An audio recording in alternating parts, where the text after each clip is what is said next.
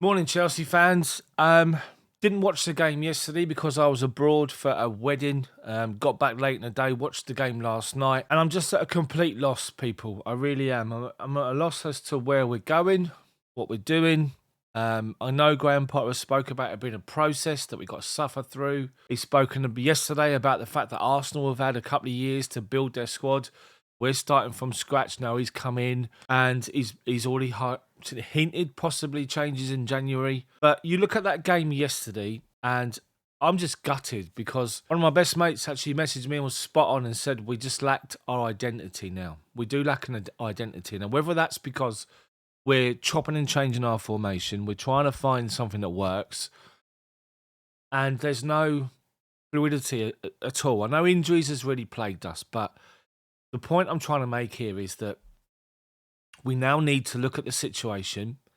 Graham Potter now needs to look at these next two games. Man City coming up in midweek, League Cup, and then Newcastle, which is now turned into a massive game at the weekend. If we lose to Newcastle, that's 3 straight defeats in the Premier League. Brighton, Arsenal, Newcastle, and alarm bells will be ringing. There's already a big gap between us and the league leaders. Newcastle are in the running for the top 4 this season. We have to take them seriously. So what we need to do with these two games before the World Cup, because during the World Cup, Graham Potter can then really sort of indulge in sort of looking deeply at his squad and coming up with a solution that works. For me, I've said it on other videos on my channel. I've said it on one where I complained about the way we started games. I complained about our tactics and our formation and the way we started against United. But we had to change it after 30 minutes, which was just a joke because we got it completely wrong. And I said last week we got it totally wrong against Brighton and we got found out and we got beat. Yesterday, once again, I have to say, if players are fit enough to be on the bench, if they're considered available to be considered or be brought onto the pitch when required, whether that's 89 minutes, whether it's 9 minutes, then you've got to start them. Now, I don't know what the hell Kalidou Koulibaly's done. The guy has made a couple of mistakes. He's got himself stupid bookings, which we understand and we're aware of. But Chelsea are in dire need now of just putting a back 4 together and sticking with it. And just saying, right, we're going to just play these for the next few games and just do something different. We played with the back 4 yesterday, and for me, I'm sure he's going to turn out to be great. But at the moment, Cucurella, for me, is flaky. Defensively flaky. I don't think we've improved on Alonso, to be fair, as far as Cucurella's concerned. He works hard. He gives away stupid free kicks. He's a little bit rash at times. And I think we've got to do something about that left-hand side. We definitely have to. But the biggest thing for me, and I've been saying it for weeks now, is the fact that we need to play players in their best positions. We need to do what Antonio Conte did in that first season after 10 games, or however many games it was. He sat down and looked at the players. He studied them for a couple of months when he came in, and he was like, right, we're going to switch to this because I think this formation suits you better, and I've got each one of you players that can play the formation. It's clear to everybody on the planet that Chelsea's 3-4-3 with a 2-man midfield and the 2 wing-backs, or the 2 wingers, doesn't work. We get overrun in midfield. And yesterday, we adopted, whether you like it or not, or disagree with me, we adopted a 4-2-3-1. We had Jorginho and Loftus-Cheek sitting deep. We had Mason Mount pressing higher, and he did press higher. He wasn't playing in a deeper role, Mason Mount. Defensively, he was. But his starting position when we had the ball was pretty much high. He had the freedom to push up in those pockets of space where he does some damage. And the problem was, by doing so, we left Jorginho and Loftus-Cheek isolated against their 3-man midfield. And the amount of space Arsenal had around them two, into the sides of them, or just in behind them, it just opened us up time and time and time again. And we've got to do something now. So I've been saying that Chelsea are built for 4-3-3. I think it's time for change, and I think we now look at playing wingers. We now need to play front foot football. Let's be solid with a back 4. Try and be as solid as we possibly can. Stick Chalobah out on the right-hand side. You see what Ben White can do for Arsenal. Chalobah is mobile enough to play right back. Put Koulibaly next to Thiago Silva. Play Aspi left back. He made the position his own, and Ashley Cole could never get back in the team back in the day. I know it's a long time ago, but Aspi can still do a job at left back. I guess the argument would be that you've got to play Koulibaly that side, Koulibaly to cover him, but it can be done. It's possible. Aspi, Koulibaly, Silva, Chalobah is what we've got to do for the next 2 games. Middle and midfield now. This is where it gets interesting for me because I'll be looking at players' quotes and what players feel their best position is. And I just want to highlight a couple of these sort of interviews that have been given over time. Starting with Mateo Kovacic. When he first signed for Real Madrid, Mateo Kovacic said this: "I'm most comfortable as a defensive midfielder, but it's up to the coach to decide." Now, yes, that was in 2015, but the guy has come in and he's turned into a bit of a box-to-box midfielder. But naturally, he's saying, I'm a defensive midfielder. That's where I'm most comfortable. So for me, 4-3-3 formation, you stick Kovacic as the defensive midfielder in the pivot position while N'Golo Kante's not there, and you build from there. Kovacic, base of the midfield. Now, I want to head over to Mason Mount. Mason Mount's been talking a couple of seasons ago when we went away to Burnley, played 2 wingers, played Mason Mount deeper as a number 8. We won 3-0. Hakim Ziyech was influential in the game.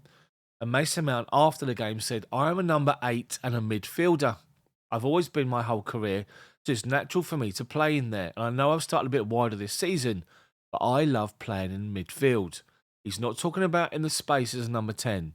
He's not talking about like pushing up and playing in supporting role up front. He's actually saying openly, I want to be playing in the middle of midfield. Stick him next to Kovacic one side as a box-to-box number 8. After that, we have to look at Conor Gallagher, and Conor Gallagher's best position he's spoken about is by arriving in the box late in the Lampard role. He could play as a number 8 midfielder. Loftus-Cheek, for me, is box-to-box. Loftus-Cheek can play as a number 8. Dennis Zakaria can play in that midfield position. What screams out for me is Kovacic is saying, or said in the past, and it's still going to be the case, he wants to be defensive midfielder. Put him in there and put Mason Mount in the deeper position where he wants to play. Don't stick him high because it's not his natural game. Let him dictate and be an influence in the deeper part of midfield to begin with, but be box to box.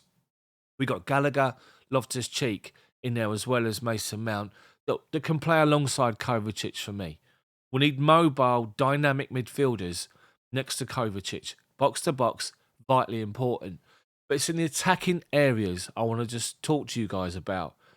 I keep saying 4-3-3, and I just want to look at Raheem Sterling, Aubameyang, Christian Pulisic, and Hakim Ziyech talking about their best positions that they personally feel, starting with Raheem Sterling, who, let's face it, Sterling has been completely just out of it, absolutely out of it.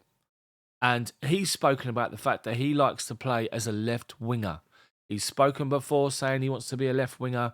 He's spoken about the fact that that's where he feels he can do most damage. And yet we're still playing him on the right-hand side. Yet he scored a goal in midweek Champions League.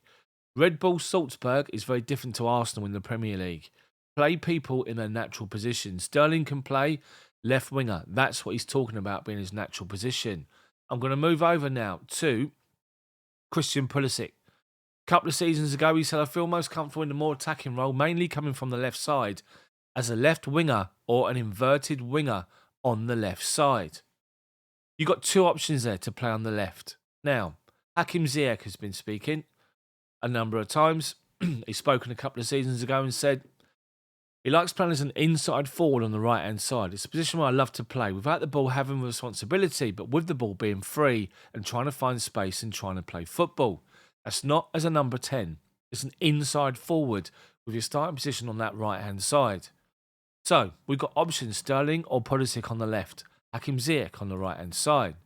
We're going to talk now about Kai Havertz, and Kai Havertz has spoken before and said that he started his career as a number 8 or a number 10, but also he's played on both sides of the wing, and last year as a number 9 at Chelsea. Cannot say I've got a favourite position. Nowadays you need to adapt your game to different positions. He said, I like to be in the box, close to the goal and have the ball. The false 9 suits me good, but when we've got 3 strikers with 2 number 10s and a number 9, all these positions suit me. Now, he doesn't talk about the fact that he likes to play middle of midfield. He said he started his career as a number 8. He's an option. He likes to be close to the goal and have the ball. You can do that as a box-to-box midfielder for Kai Havertz, maybe. Then look at Pierre-Emerick Aubameyang. I don't think he started a game for the middle at Chelsea. He maybe had 1 or 2. But he said, speaking when he was at Arsenal a couple of seasons back, saying that while he prefers his natural centre-forward position, Aubameyang insists he doesn't have a problem playing where the manager wanted him to. And he said, I play everywhere. I don't mind really. I really don't mind. Everyone knows where I prefer to play, but it doesn't matter because I prefer to have many options more than just one.